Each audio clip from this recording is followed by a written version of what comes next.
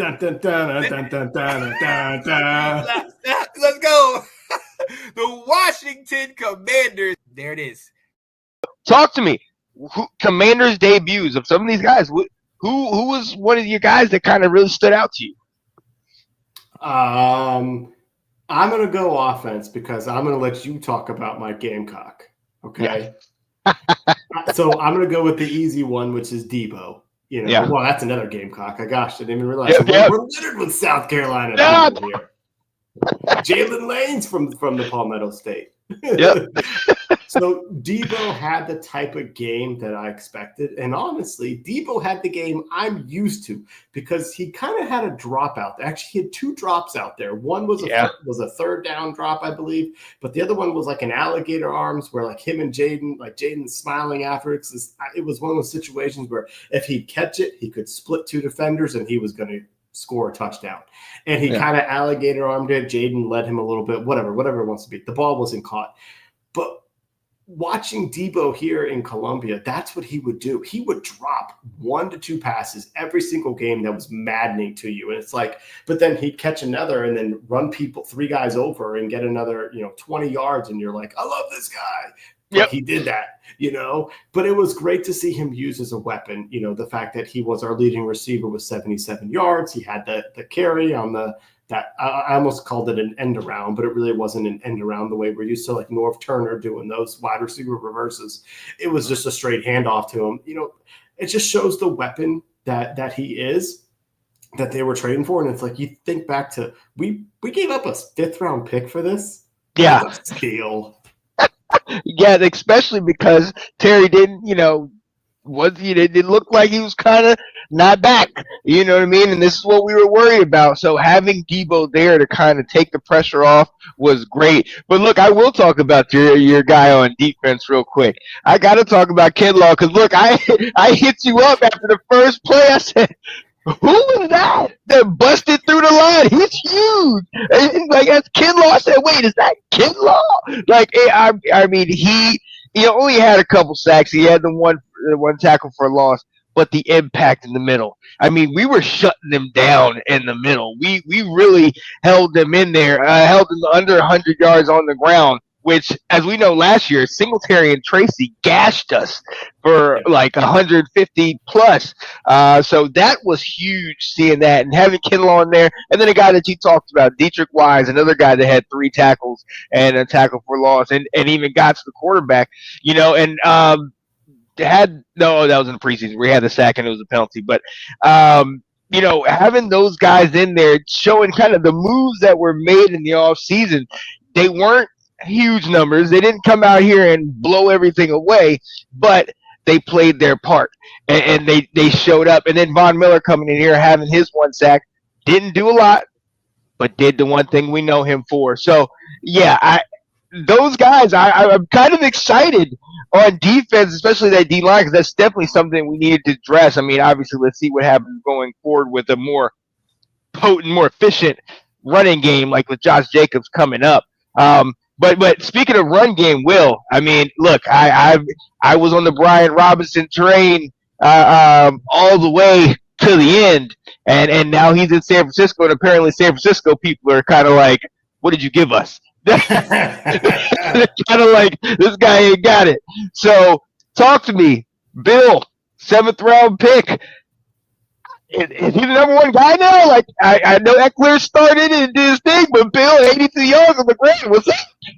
No, he's not the number 1 guy. And first off, the fact that you're having me talk about a running back named number 2020 is ridiculous. 22. Yeah, that is your guy. That's right. No, I think this is the smart move to do. I mean, they actually could have given Austin Eckler a few more carries. He only had 6 carries. Jaden had more carries than Eckler, which is not a recipe for success that I would like to see repeated. But I think the goal here is to bring in Bill slowly into it and let him. And he showed that he's that different type of running back. Eckler's still actually pretty quick too, but he has that ability. I thought the touchdown run was exactly why you brought him in. He started off to the right. There wasn't a whole lot there in front of him, and he bounced it outside. Brian Robinson was not going to do that. He didn't have that vision. He didn't have that speed. And that's exactly what Bill brought to us. And so it was a perfect, like, yep, this is why we got him type play there. Absolutely. And it was exciting to see. It was exciting, the burst that you talked about. Like, it was exciting to see that. It was kind of like, oh, you didn't realize that it wasn't there until you see it on the guy, and you're like, oh, okay, yeah, I like what I see from him. But I mean, even beyond that, just as a collective, we had over 200 yards on the ground. Like, this is that's something that we have not seen necessarily in the last couple of years, and to have that sustained offense, and then JD5 getting to do what he's doing, I'm proud of that. I'm proud of Debo. Let's talk O-line. We didn't really have to say much about them, and that's a good thing, right? You don't hear their names called. That means they're not holding, no false starts. What are your thoughts? So normally, what happens in the Giants-Commanders game is Kayvon Thibodeau gets a sack on a big third down. And so it's not just the amount of sacks that they would have in the game. It was the time of the game that would happen. That would just be devastating. Yeah. And that was the opposite today on Sunday. Because, I mean, you could say Brian Burns wrecked some havoc out there. He had 2 sacks in the game. So it's not that Connerly shut him down, but he had a sack for a 5-yard loss, and then we got a first down on the next play. You know, they weren't third down and long. They weren't third down at our own 5-yard line, where now we're punting the ball. Or I think Thibodeau even had Taylor Heineke fumble the ball one time on a strip sack. So they weren't impactful sacks. They were just plays. They were just plays that had a loss of yardage, and we were able to overcome them later on in the same drive. And so they just didn't feel as hurtful. They still got a few, by all means, but it was like, okay, all right, next play. And then their coverage was so terrible, and the middle of the field was open so often that it was like, oh, there it is. All right, first down. Let's keep going. Right. And that was solid. And there was even some plays where they had guys out there lead blocking him for him, and I was kind of like, okay, all right. I still don't want my quarterback running, but I'm more confident. Wasn't he the lead blocker on a run for Debo?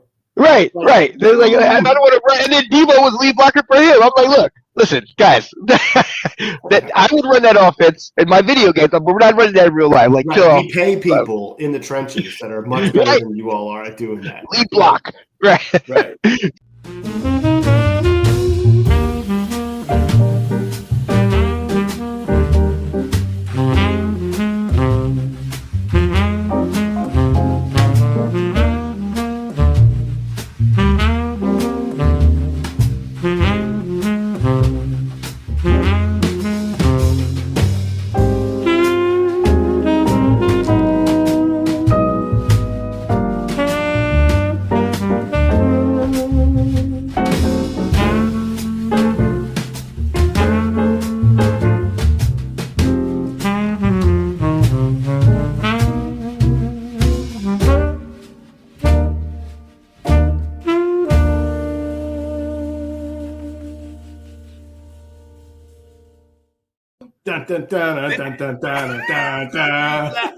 Let's go. The Washington Commanders. There it is.